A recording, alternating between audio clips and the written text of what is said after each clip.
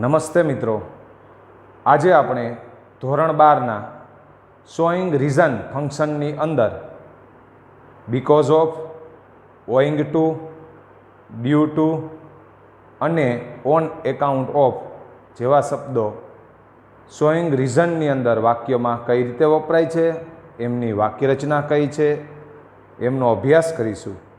અને આવતીકાલે આ જ શોઈંગ રીઝન ફંક્શનની અંદર આપણે સિન્સ, બીકોઝ અને એઝ જેવા અન્ય શબ્દોનો ઉપયોગ આવતીકાલે શીખીશું. તો ચાલો આજનો આપણો લેક્ચર શરૂ કરીએ.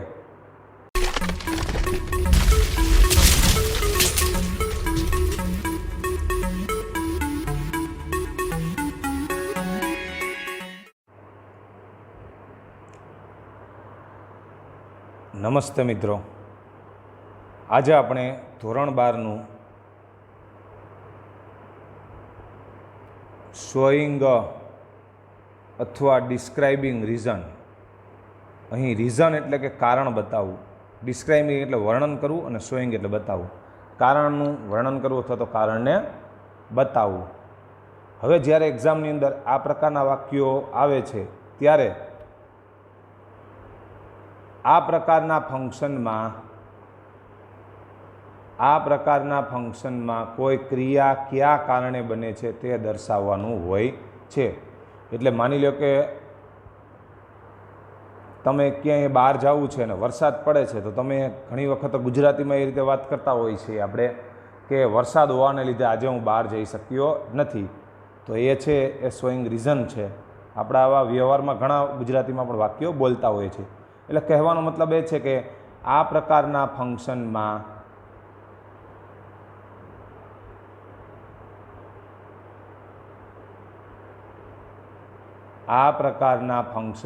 કોઈ ક્રિયા કયા કારણે બને છે તે દર્શાવવાનું હોય છે. હવે એમાં વપરાતા શબ્દો because of, on account of, owing to અને ડ્યુ ટુ, આ 4 શબ્દો છે શોઈંગ રીઝનની અંદર વપરાય છે. તો સૌ પ્રથમ આપણે બીકોઝ ઓફ અને ઓન એકાઉન્ટ ઓફની વાક્ય રચના સમજી લઈએ.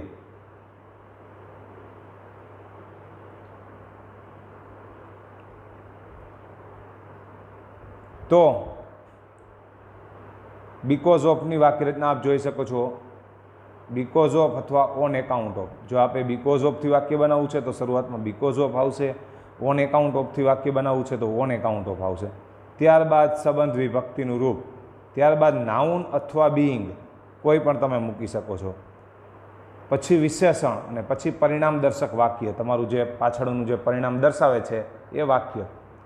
હવે આ વાક્ય રચનાને સમજવા માટે આપણે થોડાક ઉદાહરણો જોઈએ, જેથી કરીને આ વાક્ય રચના સમજાઈ જાય અને આપણને શોઈંગ રીઝનથી વાક્ય બનાવતા પણ આવડી જાય.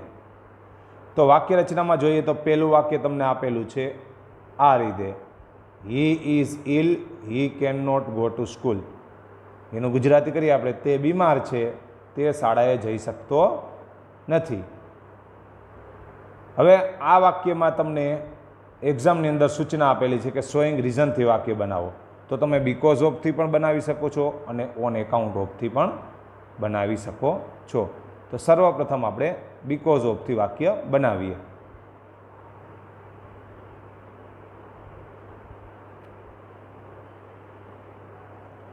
તો બીકોઝ ઓફમાં જોઈએ તો અહીં આપણે આ વાક્ય આપેલું છે, he is ill, he can not go to school. આમાં આપણને એક્ઝામમાં સૂચના આપેલી છે કે શોઈંગ રીઝનનો ઉપયોગ કરો. તો આપણે અત્યારે બીકોઝ ઓફથી બનાવીએ છીએ. તો શરૂઆતમાં આપણે વાક્ય રચના મુજબ આપ જોઈ શકો છો બીકોઝ ઓફ, તો અહીં આપણે બીકોઝ ઓફ લખેલું છે. ઓન એકાઉન્ટ ઓફ વાપરવું હોત તો આપણે ઓન એકાઉન્ટ ઓફ લખત, પરંતુ બીકોઝ ઓફ વાપરવું છે શોઈંગ રીઝનમાં તો આપણે બીકોઝ ઓફ મૂકેલ છે. ત્યારબાદ આવે છે સંબંધ વિભક્તિનું રૂપ. તો તમે અહીં જોઈ શકો છો કે કર્તા હી છે, તો એનું સંબંધ વિભક્તિનું રૂપ થશે હીઝ. તો આપણે અહીં મૂકેલું છે હીઝ, એટલે બીકોઝ ઓફ હીઝ બની ગયું. ત્યારબાદ આવે છે નાઉન અથવા બીઈંગ. હવે જો અહીં ઇલ છે, બરાબર, એનું નાઉન થશે ઇલનેસ. પરંતુ ઘણા એવા હોય છે કે એના નાઉન બનતા નથી. તો તમારે શું કરવું? તો એના માટે છે બીઈંગ લગાડવાનું. શું લગાડવાનું? બીઈંગ. અહીં આપણે ઇલનું બનાવ્યું ઇલનેસ. રેડી? ત્યારબાદ વિશેષણ. અહીં વિભક્તિનું રૂપ હિઝ, ત્યારબાદ વિશેષણ ઇલનું વિશેષણ બનાવ્યું ઇલનેસ. પણ ઘણી વખત છે વિશેષણ એવા નામ હોય છે કે એના વિશેષણ બનતા નથી, ત્યારે તમારે લગાડવાનું રહેશે બીઈંગ. રેડી? તો આપણે વાક્ય બનાવ્યું બીકોઝ ઓફ હિઝ ઇલનેસ. વિશેષણ આવી ગયું ઇલનેસ. ત્યારબાદ આવે છે પરિણામ દર્શક વાક્ય. તો પરિણામ દર્શક વાક્ય આપણે આ છે, he can not go to school. તે બીમાર છે, તેથી એનું પરિણામ શું છે કે તે સ્કૂલે જઈ શકતો નથી. તો અહીં આપ જોઈ શકો છો પરિણામ દર્શક વાક્ય. તો આપણે લખી નાખ્યું he can not go to school. હવે મિત્રો અથવા આ વાક્યને આપણે બીજી રીતે પણ બનાવી શકીએ. દાખલા તરીકે અહીં લખેલું છે કે નાઉન, ઘણા વિશેષણ છે એનું નાઉન ન બનતું હોય, તો તમારે શું લગાડવાનું? બીઈંગ. જોઈએ આપણે. પહેલાં બીકોઝ ઓફ આવશે, તો બીકોઝ ઓફ મૂકેલું છે. ત્યારબાદ સંબંધ વિભક્તિનું રૂપ અહીં કરતા હી હતો, તો આપણે સંબંધ વિભક્તિનું રૂપ હીઝ મૂક્યું. ત્યારબાદ અહીં ઇલનું ઇલનેસ બનતું હતું, પણ ઘણા એવા હોય કે એનું છે વિશેષણ બનતું નથી. તો શું કરવું? તો લગાડવાનું બીઈંગ. એટલે આપણે અહીં લગાડ્યું બીઈંગ. ત્યારબાદ આવે છે વિશેષણ, પણ અહીંયા વિશેષણ નહીં આવે, અહીં નામ જ આવશે ઇલ. ત્યારબાદ આવે છે પરિણામ દર્શક વાક્ય, he can not go to school. તો વિદ્યાર્થી મિત્રો, અહીં આપણે બે રીતે વાક્ય બનાવ્યું. એક છે એ અહીં આપણે વિશેષણનું નામનું વિશેષણ બનાવ્યું ઇલનેસ, વિશેષણનું નામ બનાવ્યું, પરંતુ ઘણા વિશેષણ એવા હોય છે કે જેનું નામ બનતું નથી, તો આપણે લગાડ્યું છે બીઈંગ. જે બંને ઉદાહરણ જોઈ શકો છો. હવે આ બીકોઝ ઓફ છે એને આપણે અહીં આપ જોઈ શકો છો કે શરૂઆતમાં બંને જગ્યાએ વાપરી દીધું. હવે આને આપણે વચ્ચે પણ વાપરી શકીએ છીએ. તો જ્યારે વચ્ચે વાપરવું હોય ત્યારે એક વસ્તુનું ખાસ ધ્યાન રાખવાનું, જે પાછળ વાક્ય છે એ આગળ આવી જશે. તો આપણે આગળ લખી નાખ્યું he can not go to school. ત્યારબાદ હવે બીકોઝ ઓફની વાક્ય રચના જોઈએ. તો આવે છે બીકોઝ ઓફ, તો અહીં મૂક્યું આપણે બીકોઝ ઓફ.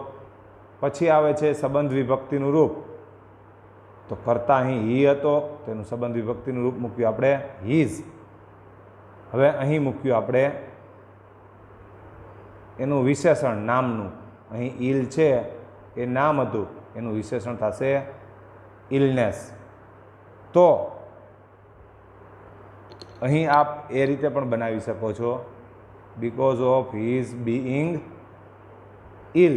તો આપણે ઇલનેસ નહીં કરવાનું રહે, પણ બીઈંગ લગાવો છો તો માત્ર બનાવવાનું રહેશે ઇલ, બીઈંગ ઇલ. તો આમ થશે he can not go to school because of his being ill. અને આમ પણ બનાવી શકો છો, he can not go to school because of his illness. જો બીઈંગ લગાવો છો તો ઇલનેસ નહીં લાગે, તો માત્ર ઇલ લાગશે. બરાબર? હવે આપણે જોઈએ ઓન એકાઉન્ટ ઓફ. તો એની વાક્યરચના પણ સામેલ છે. અહીં આપને વાક્ય આપેલું છે, they were lazy, they can not get a good marks. તેઓ આળસુ હતા, તેઓ સારા માર્ક મેળવી શક્યા નહીં. આળસુ હોય, મહેનત ન કરીએ તો એક્ઝામની અંદર આપણને સારા માર્ક મળતા નથી. તો હવે આપણે બીકોઝ ઓફની જગ્યાએ ઓન એકાઉન્ટ ઓફ વાપરવું છે. Because of, on account of, owing to, due to, બધાનો અર્થ થાય છે ના લીધે. બરાબર? તો હવે ઓન એકાઉન્ટ ઓફનો ઉપયોગ કરશું તો સૌપ્રથમ આવશે ઓન એકાઉન્ટ ઓફ. તો આપ જોઈ શકો છો અહીં ઓન એકાઉન્ટ ઓફ.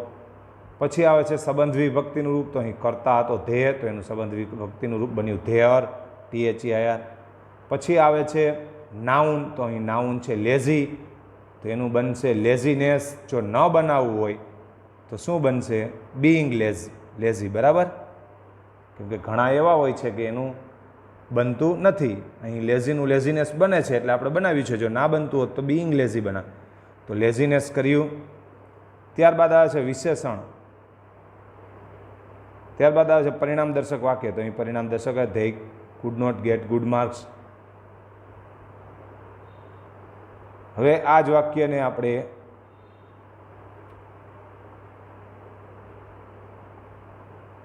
બીજી રીતે જોઈશું.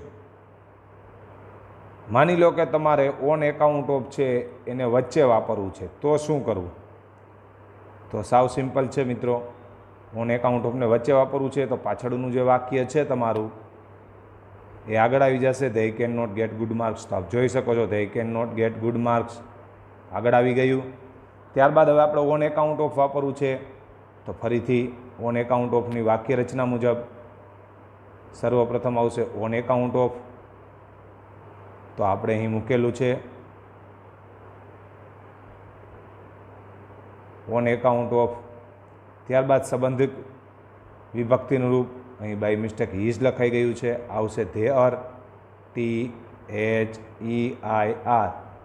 ધેઅર, બરાબર. અને ત્યારબાદ આવશે નાઉન એટલે કે લેઝીનેસ, અથવા આપ અહીં એમ પણ બનાવી શકો on account of is being lazy. તો આ હતી બીકોઝ ઓફ અને ઓન એકાઉન્ટ ઓફ. હવે આપણે ત્યારબાદના શબ્દની સમજૂતી મેળવીશું.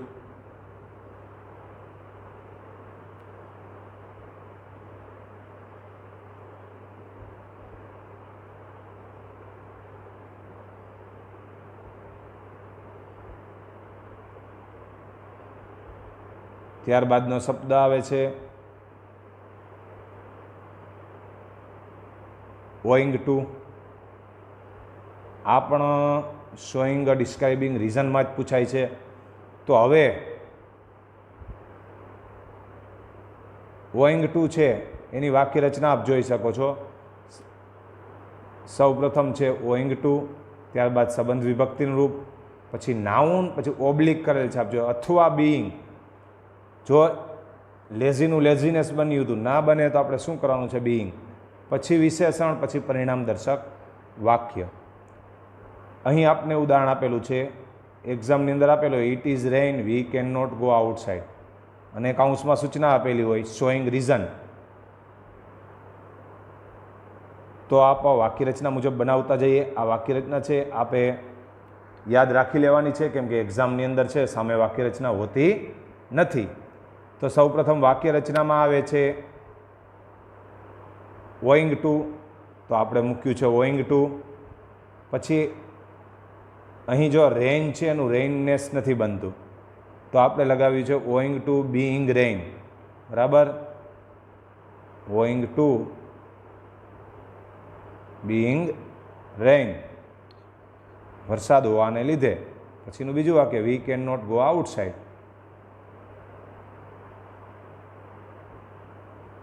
આપ જોઈ શકો છો પહેલાં ઓઈંગ ટુ વાપર્યું, ત્યારબાદ બીઈંગ, પછી રેઇન, અને પછી પરિણામ દર્શક વાક્ય we can not go outside.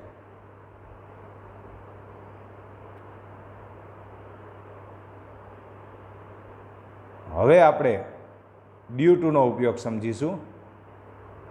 Due to છે એ પણ શોઈંગ રીઝનની અંદર વપરાતો એક શબ્દ છે. શોઈંગ રીઝન ફંક્શન છે એમની અંદર ડ્યુ ટુ પણ આવે છે.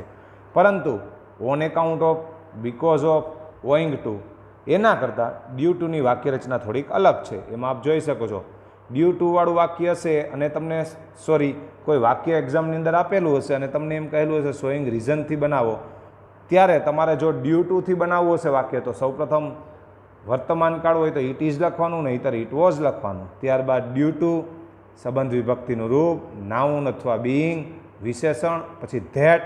આપ જોઈ શકો છો અહીં ધેટ આવે છે. પહેલાં વાક્યો છે on account of, owing to, because of, એમાં ધેટ આવતું નહોતું. અને ત્યારબાદ પરિણામ દર્શક વાક્ય. હવે આપણે એક્ઝામ્પલ જોઈએ. He is poor, he can not buy medicine. તે ગરીબ છે, તે દવા ખરીદી શકતો નથી. અને કાઉન્સમાં તમને આ રીતનું વાક્ય આપેલું હોય અને પછી બ્રેકેટ્સ એટલે કે કાઉન્સમાં સૂચના લખેલી હોય કે શોઈંગ અથવા તો ડિસ્ક્રાઇબિંગ રીઝન. તો તમારે શું કરવું? તો વાક્ય રચના મુજબ આપ જોઈ શકો છો અહીં સૌપ્રથમ આપણે વાપરવાનું રહેશે ઇટ ઇઝ અથવા ઇટ વોઝ. તો તમારે શું વાપરવું? હવે ડ્યુ ટુથી તમારે વાક્ય બનાવવું છે તો શું વાપરવું? તો જોઈ શકો છો અહીં પહેલું વાક્ય છે ઇઝવાળું છે, તો અહીં આપણે સ્વાભાવિક છે ઇટ ઇઝ મૂકશું, ઇટ વોઝ નહીં મૂકીએ. જો અહીં વોઝ હોત તો અહીં તમારે ઇટ વોઝ મૂકવાનું રહે. પછી આવે છે ડ્યુ ટુ, તો અહીં મૂકી દીધું ડ્યુ ટુ. ત્યારબાદ આવે સંબંધ વિભક્તિનું રૂપ, અહીં કર્તા તરીકે હતો હી, તો આપણે સંબંધ વિભક્તિ મૂકી દીધું ઇઝ. હવે અહીં પુઅર છે તો એનું બીઇંગ પુઅર કર્યું, કેમ કે પુઅરનેસ બનતું નથી. ત્યારબાદ આવે છે ધેટ, અહીં વિશેષણ છે પુઅર, બરાબર, વિશેષણ બીઇંગ પછી વિશેષણ આપ જોઈ શકો છો અહીં બીઇંગ, ત્યારબાદ વિશેષણ ને પછી ધેટ, તો અહીં આપણે ધેટ મૂક્યું. અને ત્યારબાદ પરિણામ દર્શક વાક્ય, આ છે પરિણામ દર્શક વાક્ય છે he can not buy medicine, તે ગરીબ છે તેથી એનું પરિણામ શું છે કે તે દવા ખરીદી શકતો નથી, માટે એ પરિણામ દર્શક વાક્ય છે. તો અહીં આવે છે પરિણામ દર્શક વાક્ય, તો આપણે દર્શાવી દીધું પરિણામ દર્શક વાક્ય he can not buy medicine. હવે on account of, because of, owing to, આ બધા છે વાક્યની શરૂઆતમાં પણ આવતા હતા અને વચ્ચે પણ આવતા હતા. ડ્યુ ટુ છે એ ઇટ ઇઝ અને ઇટ વોઝ પછી ફરજિયાત ડ્યુ ટુ જ આવે છે, એટલો અહીં તફાવત છે, એ વસ્તુનું ખાસ ધ્યાન રાખવાનું છે. તો આ તો આપણો આજનો લેક્ચર શોઈંગ રીઝનની અંદર આજે આપણે on account of, owing to, because of અને ડ્યુ ટુ આટલા શબ્દોની સમજૂતી મેળવી. હવે કાલે આપણે શોઈંગ રીઝનની અંદર એઝ, બીકોઝ જેવા અન્ય શબ્દોની સમજૂતી મેળવીશું. આ પાઠ છે અહીં પૂર્ણ કરું છું. જય હિન્દ, જય ભારત.